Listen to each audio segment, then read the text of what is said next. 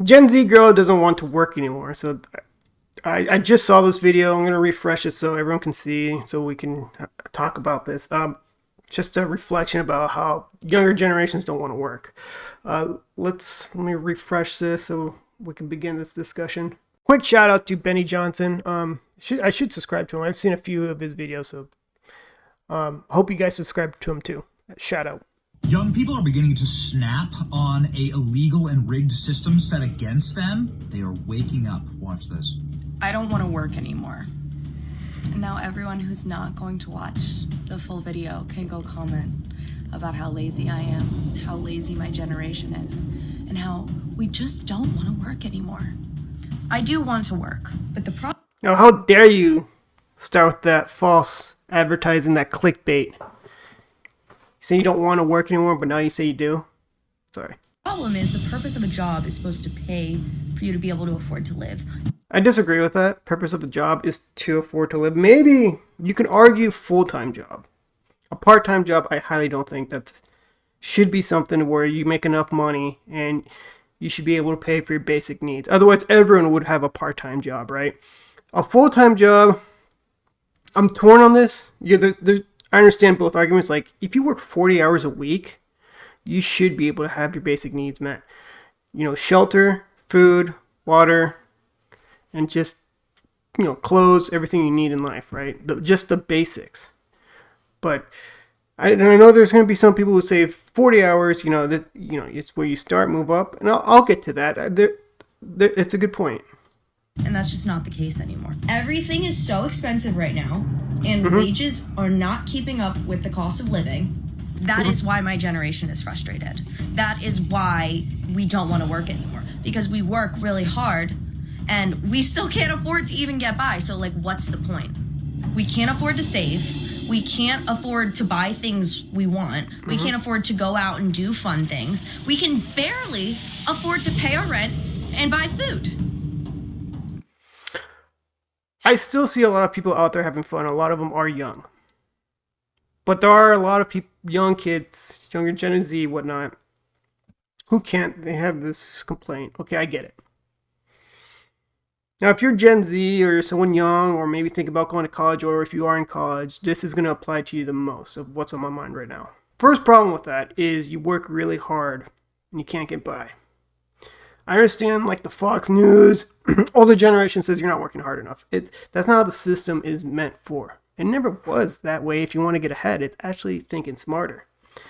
How do you make your next steps in life? I get the notion that wages are like this, right? And everything surrounding you, cost of living, is like that, right? I get that. I understand that. Now, how do you go from this to where your wages are going up like that?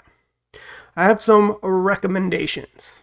Of course, this isn't advice, financial advice, that disclaimer, whatever. First things first, especially the young people need to hear this. Think about what you really want to do in life. Only you can answer this. I can maybe guide you a little bit. I have some examples of mine. But first, think the job you're currently working in, that you're working your ass hard in right now, do they provide you with the skills that you care about learning, that you want to learn, to move up? Either move up with the company or take those skills, go with another company and get paid more, or start your own business. Example, if you are working at McDonald's and you are passionate about making burgers, that's a good place where you can learn the business, the good and the bad. Yeah, you got to clean toilets, you have to clean the kitchen. It sucks, but it's part of your passion, right? Because you love to make a good burger. And then one day you'll work for even a higher end joint where you can make more money selling burgers, or you start your own business selling burgers. But if you're just there, you just need to collect a paycheck, none of those skills are going to apply to your future, you need to get out of that job immediately and get a new job. Because let's say you want to say, for example, you like computers, right? And the best jobs that don't have a college degree, that's just high school level after high school, is either sales or trades for the most part. Now, say you love computers. All right, you're young, you're 18, you don't have a lot of experience. You're not going to make a lot of money right away. So you just have to get into the habit of how you're going to manage with little money. You're going to need roommates. You're going to have to learn how to cook. Not go to the restaurants all the time. These are just learning situations for you. Remember, actions have consequences. So I would recommend a good start, say you love computers, go work at a Best Buy. Learn everything about computers and how you can sell people, because then you have interactions with customers, you develop skills and people with talking to people, closing the sale, and then just say within 1 to 2 years, usually 2 years looks good on a resume, go apply for another company, like say Dell, and you're like, hey, I want to sell your computers, but in like bigger formats, bigger companies, not just one individual at a customer at a time. I want to sell like 100 computers to companies at a time, and I want to make big commission off that because I really love your product. I know the ins out about the product and how to help people. That's the sales. Maybe you like computers, but you like the trade aspect. You like to fix computers, right? So what you can do is probably start your own little business at home with your car and just maybe create some advertisements, some flyers, go around to the 55 plus communities, drop flyers about how you can establish people's computers, how you can fix the computers, upgrade the computers. A big one for old people is how to connect everything on the computers. Like, how do I connect my computer to my printer, and how do I do it wirelessly? I don't know how to do that because I'm like 65. That's where they can call you because you just sent the advertisement, and you could just drive there, do it yourself, and charge them. Maybe find out how much Geek Squad at Best Buy charges for that type of service and how you can do it for cheaper for the same type of work, right? If you're watching this video and you're in college, say you want to be a lawyer. This is always an easy example for me. Say you want to be a lawyer. Your job right now, if you have a part-time job, maybe if you have to work full-time and go to college, I had to do that, same thing. You should be working in a law office. I mean, obviously not working right away as a lawyer, maybe a paralegal or the front desk person or someone who helps with the paperwork. At least you're in the environment of what you want to do in the future, like the skills that you're going to already have packed up. And then by the time you get your law degree, you're way ahead of everyone else. So if you're in college and you're working as a server, I'd say this, but you need to get out of that job. Those skills are, for the most part, are not going to translate over to the career you want that has the degree requirement for that job. A lot of employers make you work as a server, so a lot of those skills are not applicable to what we're looking for. And HR, hiring managers are very judgmental of that. Unless you can somehow word it in your cover letter, like you have a lot of people skills, great listening skills, great memorization. Sure, if you put it in there, that applies to that. But my working skills plus my education, I can do this entry level. Got it. Now, with the cost of living, if you're really thinking about going to college, please get a degree that actually pays. If you're going in for art history, gender studies, or all these useless degrees out there, it's probably not going to pay, and you're going to be stuck with this debt, and you're going to be like a lot of these people on TikTok who just go on there saying, I have these degrees, and cost of living sucks, and blah, blah, blah, and you're just complaining all day. Complaining is not going to get you anywhere. It's the mindset of where you want to be. It's not like, you can't think, I can't. You have to think, how can I? That is the right mindset you need. It's like, how do I do it? You can't say, I can't afford things. It's, how do I afford things? Do I have to take a second job to get there? Do I have to get new skills to move up? Do I have to stop spending so much at the mall? Your spending habits are a big part of your financial success, because it's not about necessarily how much money you make. Yes, there's an influence to it. I get it. But it's how much money you can save. That is what's going to get you rich in the future. So you have to think about where you can cut costs. Like, are you truly too good to shop at a thrift store? Maybe a Ross or TJ Maxx? Do you really have to buy high-end products at the mall? The name brands? Who are you trying to impress with people with your clothes, your expensive $150 pants? And the people you're trying to impress with, those are probably the most pretentious, judgmental people on the planet. It's just a matter of time where you're not going to communicate with that person because you can't stand them anymore. You might as well cut off ties with those type of people because they're terrible for your life. A big one I keep talking about is coffee, right? Stop buying the $6 coffee at Starbucks every day. Make coffee at home. You could probably make it better with less sugar. by the way. A big one well, I don't know. It is big. It's the political realm, but I hate politics so much. I don't like going all in Democrat or all in Republican. I like to look at the individual and see if they have my best interest, or if it's their donors who they have to return the favor for the most part, right? And then they get back to the people. And unfortunately for me, there's been a lot of politicians who I am just like, both of these suck. I can't pick any of them because they both have big donors, big PACs that they have to please first before they get to us. And most of the time they don't even get to us. And if they do promise like, oh, we'll cut taxes, they're first going to cut taxes for the rich, like a big portion first, and then everyone else gets a little bit. But hey, they cut taxes for you. I digress. I don't want this to be political at all.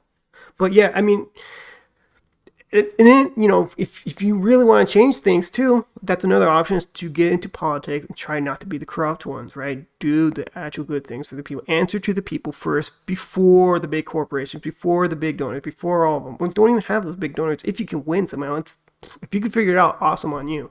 Big thing that's going to hold you back, especially financially, is debt.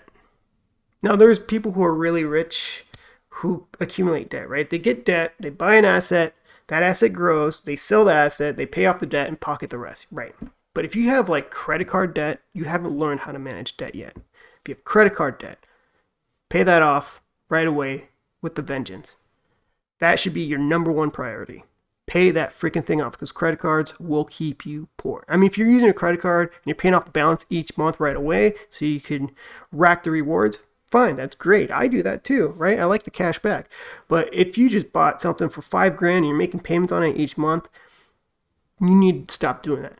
That cannot be an option anymore. That's going to keep you poor. You're going to be paying all these interest fees for a while, and you're renting money at that point. That needs to stop. So if you have credit card debt right now, attack it with a vengeance. Maybe get a second job. That second job is purely to pay off the credit card debt. Remember, actions have consequences, so it should be a painful experience that for you to pay off that credit card, you had to get a second job. If you don't want to do it again, don't run up that credit card again, because you know it's going to require you to get a second job to pay it back. So for the Gen Z girl complaining about life, I do understand where you're coming from. I've been there too, young, right? All the jobs I've had until this point didn't pay very well.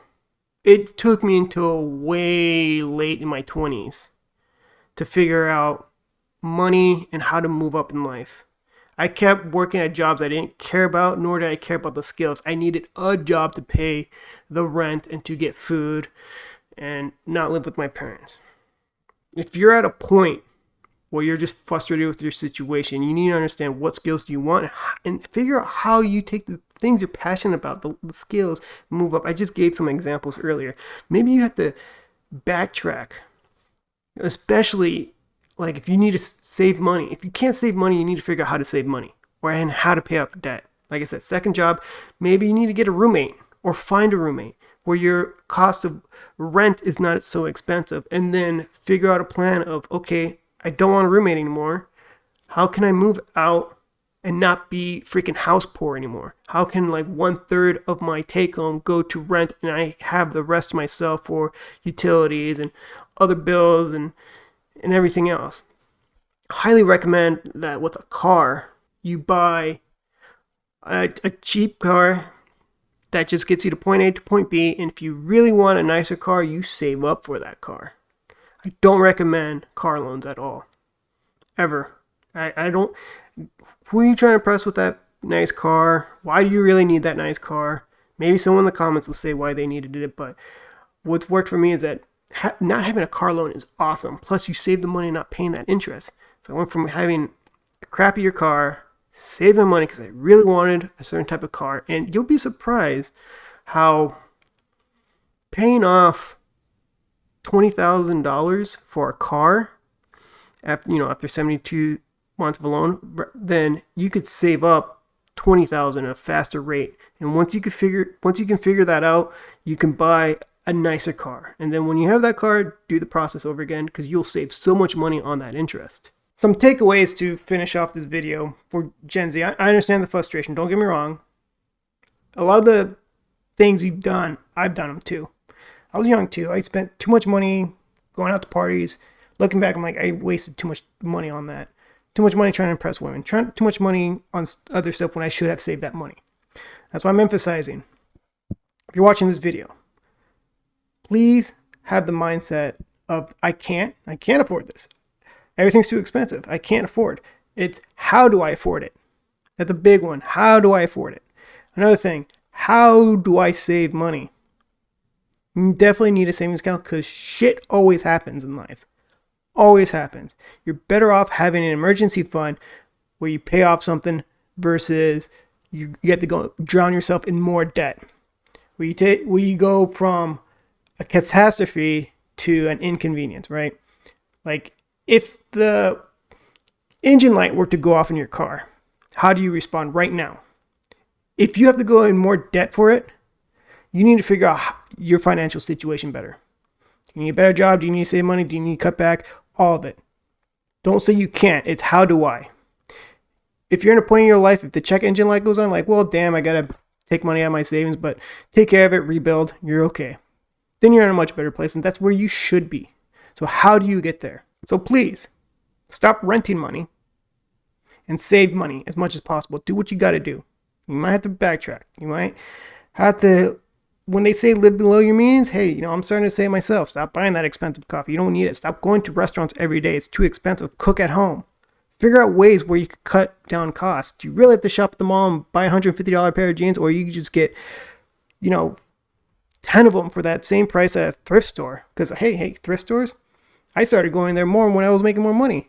I was like, who am I impressing? And you find a lot of it with still the tags on them, especially right now at this rate of high inflation.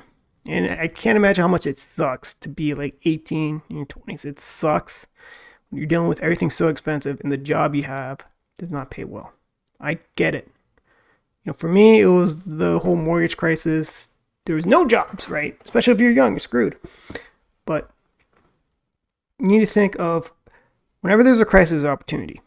That's how people truly get rich, right? They go from a crisis and they buy the cheapest stuff because it's fire sale and they turn into opportunity. How do you make an opportunity out of high inflation? Well, good time is to learn about yourself. Learn about your spending habits. Understand what's worth getting, what's not worth getting, what's worth learning, what's not worth learning. Like your communications in college or something. So figure that out. How can I? I think that's enough ranting, reaction, whatever you want to call it for this video. I hope you guys like this. I hope you click the like button, please. It helps out with the algorithm. Please subscribe. If this is like the second video or third video you've seen of me, you've made it this far, please hit that subscribe button. I think I deserve it at that point. And please comment below. I do read comments and I do respond to most of them. The ones I don't are like obviously the trolls, the negative ones. I don't care for them. I just let them go by. But thank you very much, everyone. Have a great weekend. Bye-bye.